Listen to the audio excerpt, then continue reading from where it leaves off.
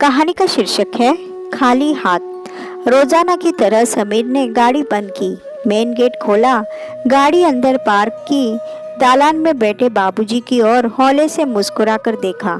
बाबूजी ने भी उसके एक खाली हाथ और दूसरे हाथ ऑफिस बैग को देखा। पास में गया और पूछा, कैसे हो, सब ठीक तो है ना? हाँ बेटा, और तू? अच्छा हूँ।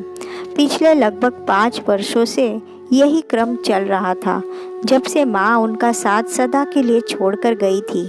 शाम को जब समीर ऑफिस से लौटता तो बाबूजी उसे दालान में रखी कुर्सी पर बैठे मिलते। लगता जैसे वे समीर की ही प्रतीक्षा कर रहे हो। समीर को वे एक मासूम बच्चे की तरह गेट खुलने की ही प्रतीक्षा करते हुए मिलते। उसके बाद वे बाहर घूमने चले जाते और समीर अपने कामों में व्यस्त हो जाता। आज न जाने क्यों समीर को लगा कि बाबूजी उसके हाथों की ओर भी देखते हैं। क्या देखते हैं उसकी समझ में न आया। अचानक रात में नींद खुली तो समीर के मस्तिष्क में फिर वही प्रश्न कौंध गया, बाबूजी खाली हाथों में क्या ढूंढते हैं? अगले ही क्षण समीर की आंखों से झरझर आंसू बहने लगे। मन हुआ कि फूट फूट कर रो पड़े। माँ के चले जाने के बाद घर में विशेष कुछ बनता न था।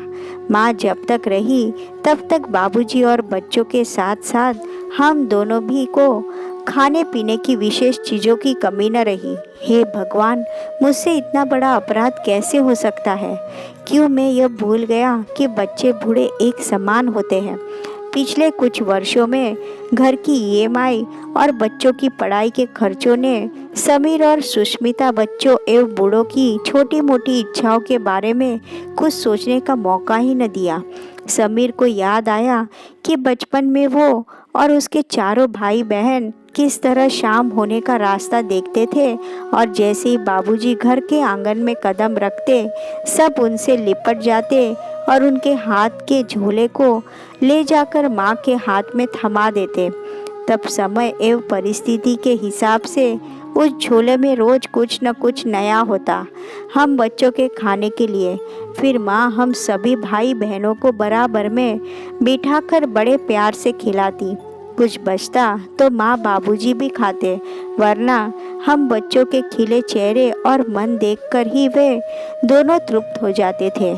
कभी किसी वजह से बाबूजी को आने में देर हो जाती या उनके हाथ खाली हो तो लगता जैसे पूरा घर उदास हो गया हो। समीर के आंसू थमने का नाम न ले रहे थे। वैसे तो अब घर में खाने पीने के लिए सब आसानी से उपलब्ध होता है, फिर भी बच्चों के साथ साथ बुजुर्गों को भी लगता है कि कोई बाहर से आता है तो कुछ न कुछ खाने के लिए विशेष मिलेगा ही मिलेगा। कुछ भी हो, कल से मैं जब घर वापस आऊँगा तो मेरे हाथ खाली न होंगे।